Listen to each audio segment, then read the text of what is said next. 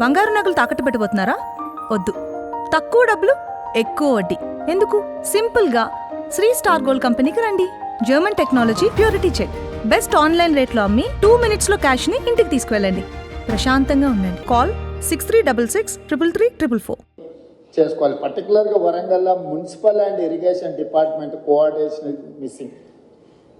ఇమ్మీడియట్గా incharge minister గారు, సంబంధిత అధికారులు, మున్సిపల్ అండ్ ఇరిగేషన్ మినిస్టర్, ఈ మున్సిపల్ అండ్ ఇరిగేషన్ అధికారులు కూర్చొని కాంప్రహెన్సివ్గా హన్మకొండ అండ్ వరంగల్ మొత్తానికి మీరు కాంప్రహెన్సివ్ ప్లాన్ చేసుకోవాలి. Warangal outer ring road inside ఏదైతుందో, కోర్ అర్బన్ వరంగల్ ఏదైతుందో, కోర్ అర్బన్ వరంగల్కి మీరు అండర్గ్రౌండ్ డ్రైనేజ్ విషయంలో కానీ, రోడ్ల విషయంలో కానీ, మిగతా డెవలప్మెంటల్ ఇష్యూస్లో కంప్లీట్గా కాంప్రహెన్సివ్ ప్రణాళిక చేసుకోవాల్సింది. దీంట్లో భాగంగానే స్మార్ట్ సిటీలో మీకు కొన్ని నిధులు వచ్చినాయి.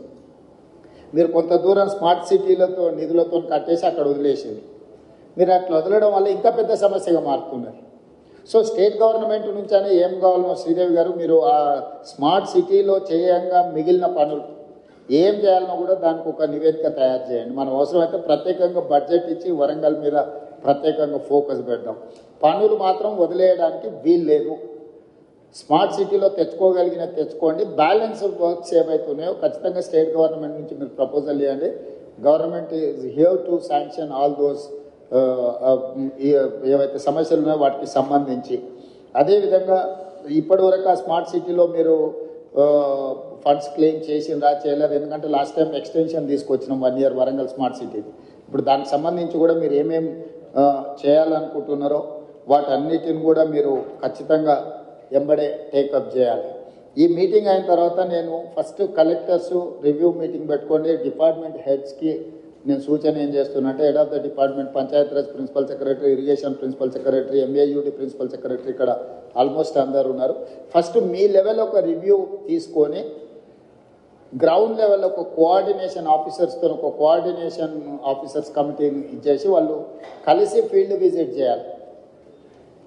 కలెక్టర్లను కూడా అందులో భాగం చేసి కలెక్టర్ల ద్వారా నివేదికలు తయారు చేస్తే మనం ఏం ఫండ్స్ ఇవ్వడానికి ఉంటుందో మనకు స్పష్టత వస్తుంది. మీరు ఒక నివేదిక తయారు చేసుకున్నాక ఏ జిల్లాకు ఆ జిల్లా, ఫర్ ఎగ్జాంపుల్ వరంగల్ జిల్లా, ఉమ్మడి వరంగల్ జిల్లా ఇన్ఛార్జ్ మంత్రి గారు ప్రజాప్రతినిధుల అధికారులతో ఇమ్మీడియట్గా రివ్యూ తీసుకొని ఆ నివేదికలు తయారు చేస్తే గవర్నమెంట్ ఆఫ్ ఇండియా నుంచి ఫండ్స్ ఎట్లా తెచ్చుకోవాలా, స్టేట్ గవర్నమెంట్ నుంచి ఏం ఫండ్స్ ఇవ్వాలనేది రెండింటి మీద కూడా మేము క్లారిటీ ఇచ్చి దానికి కావాల్సిన నిధులు మంజూరు చేసే కార్యక్రమం తీసుకుంటాం. ఇక ముందు ఈ క్లౌడ్ బస్ట్ అనేది పర్మనెంట్. మీరు ఏదో ఈ ఒక్కసారి వచ్చింది దీన్ని టెంపరీగా మీరు అడ్రస్ చేద్దామని అనుకుంటే మీ తప్పు. పోయిన సంవత్సరం వచ్చింది, ఈ సంవత్సరం వచ్చింది. మీకు కోవిడ్ తర్వాత క్లైమేట్ చేంజెస్ జరిగినాయి. ఇంకా రెగ్యులర్గా మనం ఈ ప్రాబ్లం ఫేస్ చేసేది ఉంటుంది. కాబట్టి ఈ ఇష్యూస్ని పర్మనెంట్గా ఎట్లా అడ్రస్ చేయాలనో మీ దగ్గర ప్రణాళిక ఉండాలి. అంటే రిసోర్సెస్ అంటే ఫండ్స్ రిసోర్సెస్ ఎట్లా మనం చేసుకోవాలి, యాక్షన్ ప్లాన్ ఎట్లా చేసుకోవాలి, మీ దగ్గర అందరి దగ్గర కూడా నివేదికలు పెట్టుకొని చేసుకోవాల్సిన అవసరం ఉంది. దీని మీద ప్రత్యేకంగా దృష్టి పెట్టండి. ఎవరైనా అధికారులు ఉన్న నెక్స్ట్ 10-15 days అన్ని సెలవులు రద్దు చేయండి. క్షేత్రస్థాయిలో నివేదికలు తయారు చేయండి. ప్రభుత్వం వైపు నుంచి మీకు పూర్తిగా సహకారం ఉంటుంది. ప్రజాప్రతినిధులు ఇచ్చే నివేదికలను కూడా పరిగణలోకి తీసుకోండి.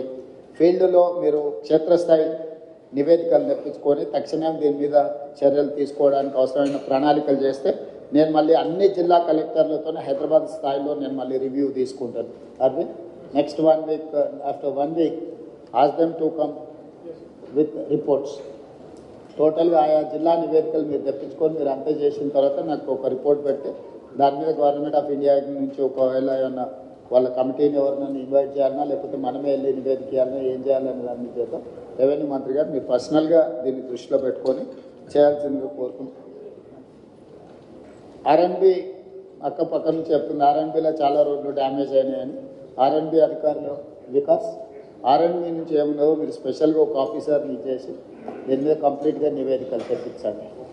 లోకల్ ఏ ఇష్యూస్ ఉన్నా కూడా ఒకసారి దీన్ని టోటల్గా నివేదికలు తెప్పించి పనులు పూర్తి చేయాల్సిందిగా కోరుకుంటూ, అధికారులు ఎవరు నిర్లక్ష్యం వహించినా ప్రభుత్వం దాన్ని సీరియస్గా పరిగణలోకి తీసుకుంటుంది. దయచేసి నిర్లక్ష్యం అనేది వదలండి, క్షేత్రస్థాయిలకు వెళ్ళండి.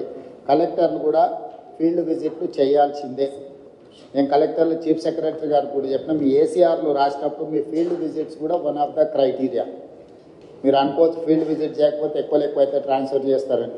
ట్రాన్స్ఫర్ చేయకుండా మీ మీ వార్షిక నివేదికలలో కూడా మీరు ఎన్నిసార్లు ఫీల్డ్ విజిట్ చేసారు, ఎక్కడెక్కడికి వెళ్ళి ఎడ్యుకేషనల్ ఇన్స్టిట్యూట్స్ ఎన్ని చేసారు, డిజాస్టర్లో ఎన్ని అడ్రస్ చేసారు, అన్నిటిని కలిపి దాన్ని కూడా ఒక బెంచ్ మార్క్గా ప్రభుత్వం పరిగణిస్తుంది. దయచేసి ఈ అంశాలను అన్నిటిని కూడా దృష్టిలో పెట్టుకొని ఇప్పటివరకు బాగా పనిచేసిన అధికారులను అభినందిస్తూ, బాగా పనిచేయాల్సిన అధికారులకు సూచనలు చేస్తూ భవిష్యత్ కార్యాచరణని సిద్ధం చేసుకోండి అని తెలియజేస్తూ మీ అందరి దగ్గర సెలవు తీసుకుంటున్నా. ధన్యవాదాలు.